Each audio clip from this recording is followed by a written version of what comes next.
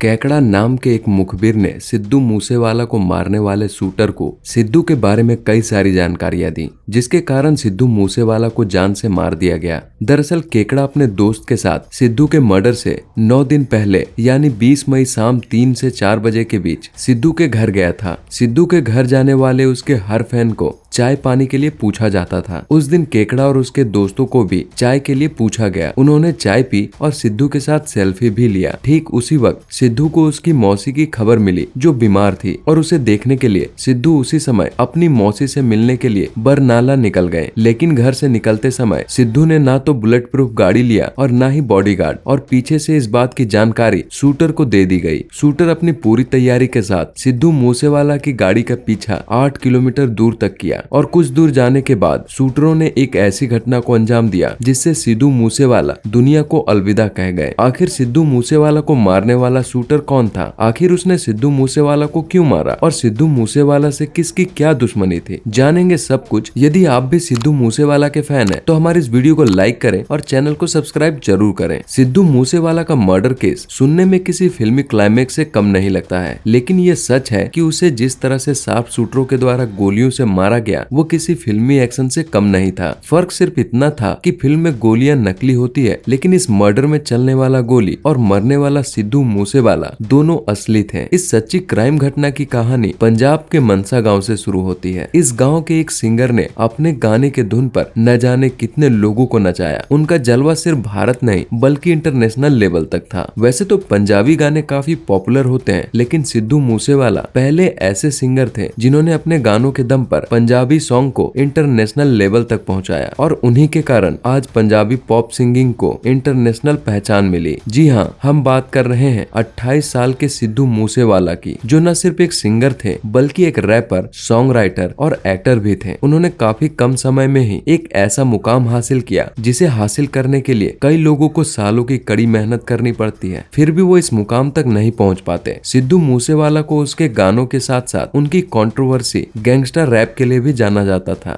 दरअसल gangster rap वैसे song को कहा जाता है जिसमें गन को ग्लोरीफाई करके दिखाया जाता है। उनका नाम सिद्धू मूसेवाला में सिद्धू उसका असली नाम था। वो मनसा जिले के मूसा गांव के रहने वाले थे, इसलिए उन्होंने अपने नाम के साथ अपने गांव का नाम जोड़कर अपना पूरा नाम सिद्धू मूसेवाला रखा। सिद्धू मूसेवाला का जन्म 11 जून 1993 को मूसा गांव पंजाब में हुआ था। उनका परिवार सिख जाट था। सिद्धू के पिता भोला सिंह गवर्नमेंट एम्प्लॉय और माँ चरण कौर सिद्धू गांव की सरपंच थी। उन्होंने अपनी प्रारंभिक शिक्षा मनसा से की। इसके बाद इलेक्ट्रिकल इंजीनियरिंग में डिग्री हासिल करने के लिए वो लुधियाना के गुरु नानक देव कॉलेज में चले गए। डिग्री हासिल करने के बाद वो आगे की पढ़ाई के लिए कनाडा रवाना हो गए, लेकिन गायिका का शौक उन्हें गायक बनने की राह पर ले आया, जिसके बाद उन्होंने इंजीनियरिंग छोड़ संगीत में अपना करियर बनाने का विचार किया। एक समय तक उनके लिखे और गाए हुए गाने लगभग हर म्यूजिक इंडस्ट्री रिजेक्ट कर देता था, लेकिन उन्होंने अपने दम पर खुद ही गाने लिखे और खुद ही सिंगर बनकर गानों को कंपोज करके लॉन्च किया। उन्होंने 2017 में लंदन से ही अपने पहले सॉन्ग एल्बम PBX1 को लॉन्च किया। उनके गाने के इस जज्बे ने इंडियन म्यूजिक इंडस्ट्री और पंजाबी सॉन्ग्स को इंटरनेशनल लेवल पर लाकर खड़ा कर दिया। सिद्धू मूसेवाला के लगभग सभी गानों में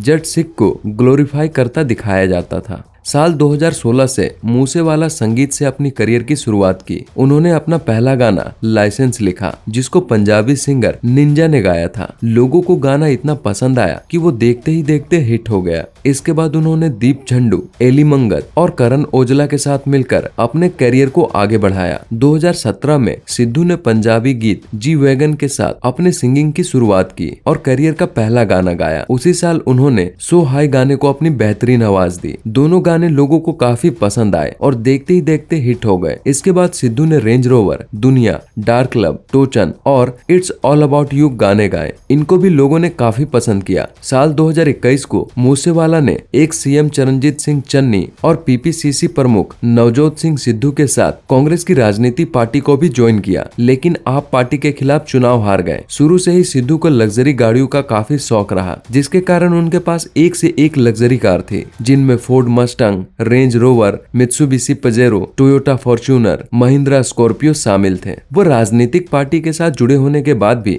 उनकी मौत से एक दिन पहले ही उनकी सिक्योरिटी पंजाब सरकार के द्वारा हटा दी गई थी, जिसके कारण शूटरों को सिद्धू मूसेवाला हत्याकांड को अंजाम देने में आसानी हुई। सिद्धू मूसेवाला हत्याकांड की साजिश के तार कनाडा तक जुड़े हुए थे। ऐसा कहा जाता है कि सिद्धू हत्याकांड में कनाडा के क्रिमिनल सिंडिकेट मिले हुए थे। आखिर सिद्धू हत्याकांड के पीछे किसका हाथ था? क्या किसी गैंगस्टर ने इस घटना को अंजाम दिया? क्या सिद्धू मूसेवाला का कनाडा के गैंग से कोई दुश्मनी थी, या फिर इस हत्याकांड के पीछे कोई राजनीति की गई थी? चलिए सिद्धू मूसेवाला हत्याकांड के पीछे छिपे राज से हम पर्दा उठाते हैं। सिद्धू के हत्या के कुछ दिन पहले से ही उसके गांव के आसपास सफेद गाड़ियों का आना जाना लगा हुआ था। वे इसी फिराक में थे कि कब सिद्धू बिना सिक्योरिटी और प्रोटेक्शन के बाहर निकले और वे अपने घटना को अंजाम दे सके। और ये काम और भी आसान हो गया जब केकड़ा ने सिद्धू मूसेवाला को बिना सिक्योरिटी के साथ अपनी मौसी के घर जाते हुए देखा। केकड़ा ने तुरंत इसकी जानकारी शूटरों को मैसेज की। शूटरों के लिए ये सबसे अच्छा मौका था। उसने सिद्धू मूसेवाला की गाड़ी का पीछा किया और कुछ दूर जाकर सिद्धू के थार को आगे से भी घेर लिया। जब उन्होंने अपनी गाड़ी पीछे की तो पीछे से भी उनकी गाड़ी को घेर लिया गया और मौका पाकर शूटरों ने उन पर ताबड़तोड़ गोलियां बरसाई, जिससे मौके पर ही सिद्धू मूसेवाला की मौत हो गई और सभी कुख्यात अपराधी वहां से भाग निकले। इस घटना की खबर पंजाब पुलिस को मिलते ही पुलिस अपनी जांच में लग गई और इस जांच के खत्म होने के बाद कई सारे चौंकाने वाले तथ्य सामने आए, जिसका कनेक्शन न सिर्फ पंजाब बल्कि कनाडा तक पाया गया।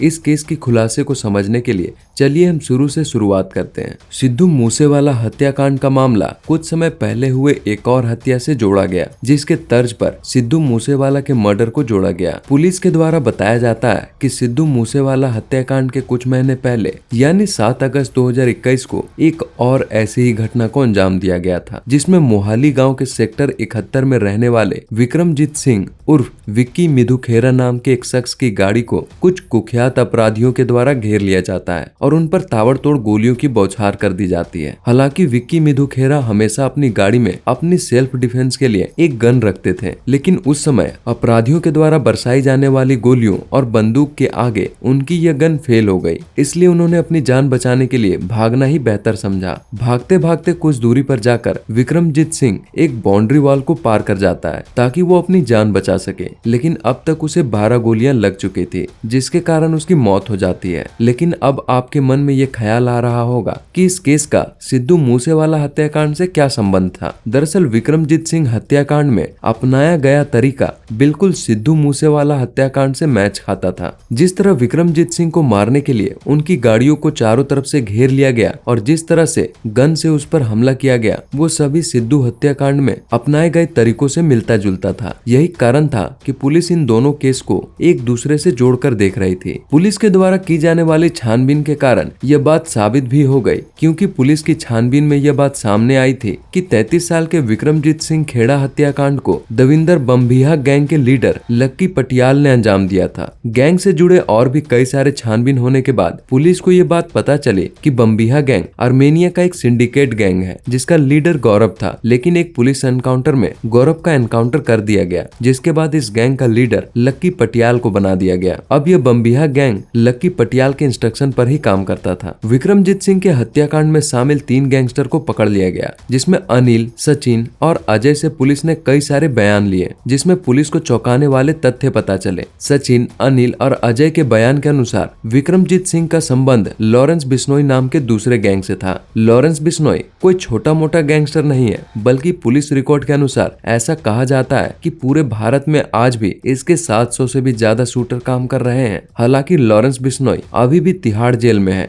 लेकिन वो जेल के अंदर से ही इस गैंग को इंस्ट्रक्ट करता है और जेल में बैठे बैठे कई सारे हत्याकांड को अंजाम भी दे चुका है। लेकिन जेल में बैठकर लॉरेंस बिश्नोई के लिए हत्याकांड को अंजाम देना तो आसान है, लेकिन शूटर की भर्ती करना उसके लिए काफी मुश्किल का काम था। उसने अपने शूटरों की भर्ती के लिए गोल्डी बरार को अपना भागीदार बनाया। कनाडा में बैठकर गोल्डी बरार शार्प शूटर की भर्ती करता है उसे इंस्ट्रक्शन देता है और गोल्डी बरार यह सभी काम जेल में बैठा लॉरेंस बिश्नोई के इंस्ट्रक्शन पर ही करता है। बिट्टू मिट्टू खेड़ा यानी विक्रमजीत सिंह उर्फ विक्की मिधु खेड़ा अपने कॉलेज के समय से ही लॉरेंस बिश्नोई का दोस्त हुआ करता था। दरअसल स्टूडेंट पॉलिटिक्स में रहने के कारण लॉरेंस बिश्नोई की जान पहचान बिट्टू मिट्टू खेड़ा से हुई और यह पहचान धीरे धीरे और गहरी होकर दोस्ती में बदल गई। विक्की मिधु खेड़ा 2010 से लेकर 2020 तक 20 सालों के लिए स्टूडेंट ऑर्गेनाइजेशन ऑफ इंडिया यानी एसओआई चंडीगढ़ का इंचार्ज बना रहा। विक्की मिधु खेड़ा और लॉरेंस बिश्नोई के दोस्ती को टारगेट बनाते हुए देविंदर बम्बिया गैंग का लीडर लक्की पटियाल ने लॉरेंस बिश्नोई से बदला लेने के लिए विक्की मिधु खेड़ा को मारने की साजिश रची और विक्की मिधु खेड़ा का खेल खत्म कर दिया। जब लॉरेंस बिश्नोई को विक्की मिधु खेड़ा के मर्डर के पीछे की कहानी पता चली तब उसने भी लक्की पटियाल से बदला लेने का फैसला किया। विक्की मिधु खेड़ा के मर्डर केस में एक और शख्स ने अपनी भूमिका निभाई जिसका नाम सगुनप्रीत सिंह था। ये वही शख्स था जिसने विक्की मिधु खेड़ा को मारने वाले शार्प शूटर को सारी जरूरी इंफॉर्मेशन और हथियार दिए थे। इस मर्डर से कुछ दिन पहले ही सगुनप्रीत सिंह ने इन सभी शार्प शूटर को रिसीव किया और उसे खरार नाम के एक जगह पर रहने के लिए फ्लैट का इंतजाम भी कर दिया। सगुनप्रीत सिंह ही वह नाम था जिसके कारण विक्की मिधु खेड़ा हत्याकांड और सिद्धू मूसेवाला हत्याकांड को एक दूसरे से जोड़ा गया, क्योंकि सगुनप्रीत सिंह कोई और नहीं बल्कि सिद्धू मूसेवाला का ही मैनेजर था। अब तक लॉरेंस बिश्नोई को यह बात पता चल चुकी थी कि उसके दोस्त विक्की मिधु खेड़ा के हत्याकांड के पीछे सगुनप्रीत का भी हाथ है और इसलिए अब लॉरेंस बिश्नोई इससे बदला लेना चाहता था। लॉरेंस बिश्नोई का दोस्त मरा था, इसलिए वो चाहता था कि सगुनप्रीत सिंह का भी कोई दोस्त मारा जाए। इसलिए उसने जेल में बैठे बैठे ही कनाडा में उसके राइट हैंड गोल्डी बरार को कांटेक्ट किया, जिसने ट्रेंड शार्प शूटर को हायर किया और जरूरी इंफॉर्मेशन निकालकर 29 मई शाम 5:21 पर अपनी मौसी से मिलने जाने के दौरान सीधे मूसेवाला की गाड़ी को आगे पीछे से घेर कर गोलियों की बौछार शुरू कर दी। और जिस तरह विक्की मिधु खेड़ा उर्फ विक्रमजीत सिंह को लकी पटियाल और सगुनप्रीत सिंह के शार्प शूटरों ने मारा था, उसी तरह से सिद्धू मूसेवाला को भी मारा गया। पहले सिद्धू मूसेवाला की गाड़ी को भी रोका गया और 6-7 शूटरों ने सिद्धू की गाड़ी पर लगातार गोलियां बरसाई। यह हमला इतना खतरनाक था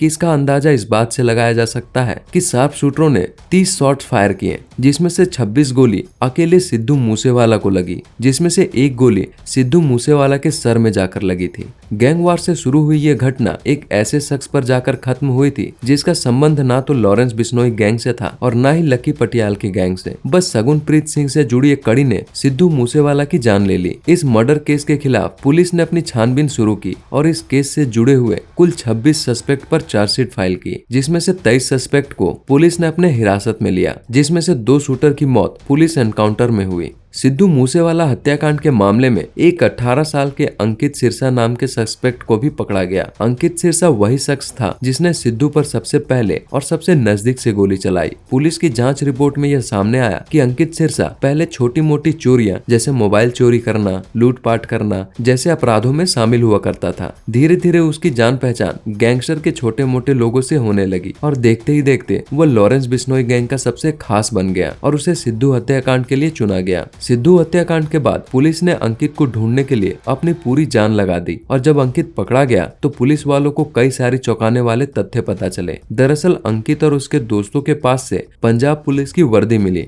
जिसका उपयोग वो लोगों को बेवकूफ बनाने के लिए करते थे। सिद्धू मूसेवाला हत्याकांड के मामले में पुलिस ने अपनी जानकारी पेश करते हुए कहा कि सिद्धू को मारने की तैयारी 19 मई 2022 से ही शुरू कर दी गई थी। हालांकि शुरुआत में सिद्धू मूसेवाला के आसपास काफी सारी सिक्योरिटी होती थी, इसलिए शार्प शूटर को मौका नहीं मिला। लेकिन जैसे ही शूटरों को ये खबर लगी कि सिद्धू की सिक्योरिटी हटा दी गई है, वैसे ही शूटरों को मौका मिला और उसने इस घटना को अंजाम दे दिया। सिद्धू मूसेवाला हत्याकांड की छानबीन के लिए कई सारे लोग सड़क पर आ गए और उनमें से कई सारे लोग इस घटना को राजनीति से जोड़ने लगे। कई सारे लोग इसे गैंगवार का नाम देकर पुलिस के खिलाफ नारेबाजी करने लगे। लेकिन मूसेवाला हत्याकांड ने सिंगिंग वर्ल्ड को भी हिलाकर रख दिया था, क्योंकि इतिहास में ऐसा पहली बार हुआ था जब किसी इंटरनेशनल सिंगर की हत्या इस तरह से की गई थी। जब Sidhu Moosewala controversy gangster rap गानों में गन को ग्लोरीफाई किया करते थे, तब लोगों को ये काफी कूल लगता था। लेकिन सिद्धू के मरने के बाद लोगों ने यह सवाल उठाना शुरू कर दिया कि सिद्धू अपने गानों में गन को क्यों ग्लोरीफाई किया करते थे। क्या उनका संबंध किसी गैंग से था? क्या सिद्धू मूसेवाला का भी कनेक्शन इंटरनेशनल गैंग से था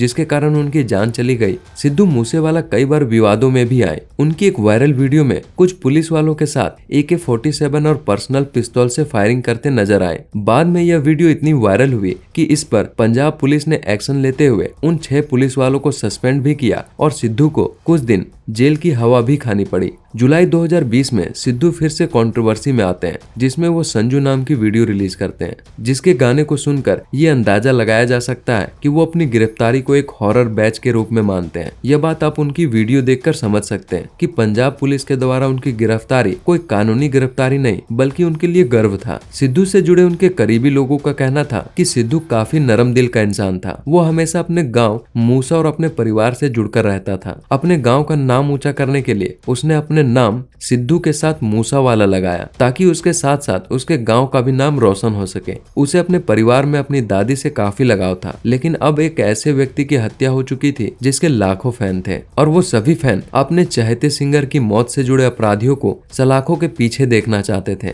इसलिए सिद्धू के मौत के बाद लोगों की भीड़ ने पूरा शहर जाम कर दिया। इस हत्याकांड से न सिर्फ सिद्धू के फैन शौक में थे, बल्कि पूरी की पूरी सिंगिंग इंडस्ट्री भी सदमे में थी। भले ही पुलिस ने इस केस से जुड़े छानबीन करने में कोई कसर नहीं छोड़ी, लेकिन आज भी इस हत्याकांड के पीछे की गुत्थी नहीं सुलझ पाई है और पुलिस आज भी इस गैंगवार के पीछे अपनी छानबीन जारी रखी हुई है। हालांकि कुछ समय बाद लॉरेंस बिश्नोई गैंग का नाम सामने आने के बाद गोल्डी बरार ने सोशल मीडिया पर यह कबूल किया कि सिद्धू मूसेवाला हत्याकांड के पीछे उसी का हाथ है। कुछ दिन बाद इंटरनेट पर एक वीडियो वायरल हुई जिसमें सिद्धू को मारने वाले शार्प शूटर एक वीडियो में हाथ में बंदूक लिए मजे कर रहे थे। लेकिन इस पूरे हत्याकांड का मास्टरमाइंड गोल्डी बरार आज भी पुलिस के गिरफ्त से बाहर है और कनाडा में छिपा है। अब इस केस में पंजाब पुलिस के साथ साथ NIA को भी शामिल कर लिया गया। आज भी पंजाब पुलिस के साथ साथ 2 नेशनल एजेंसी इस केस से जुड़े सभी लोगों की तलाशने में जुटी हुई है और पुलिस और एजेंसी की हर एक इन्वेस्टिगेशन के बाद कोई न कोई नया चेहरा सामने आता जा रहा है। कुछ समय पहले सिद्धू मूसेवाला के परिवार ने अपने एक इंटरव्यू में पुलिस वालों पर इशारा करते हुए कहा कि अपराधी उनके सामने ही है, लेकिन वो जानबूझकर उसे नहीं पकड़ पा रही है क्योंकि उन्हें ऐसा करने के लिए मोटी रकम दी जा रही है। सिद्धू मूसेवाला के पिता ने एक प्रेस कॉन्फ्रेंस में साफ साफ कहा, अगर जल्द से जल्द उनके बेटे के हत्यारों को नहीं पकड़ा गया तो वो इस देश को छोड़कर चले जाएंगे। आपको क्या लगता है, क्या सच में सिद्धू मूसेवाला का कनेक्शन किसी गैंग से जुड़ा था या 2 गैंगवार की रंजिश के बीच में सिद्धू मूसेवाला की हत्या कर दी गई? अपनी प्रतिक्रिया और राय हमें कमेंट बॉक्स में जरूर बताएं और ऐसे ही रियल क्राइम स्टोरी से जुड़ी वीडियोस को देखने के लिए हमारे चैनल को सब्सक्राइब कर लें।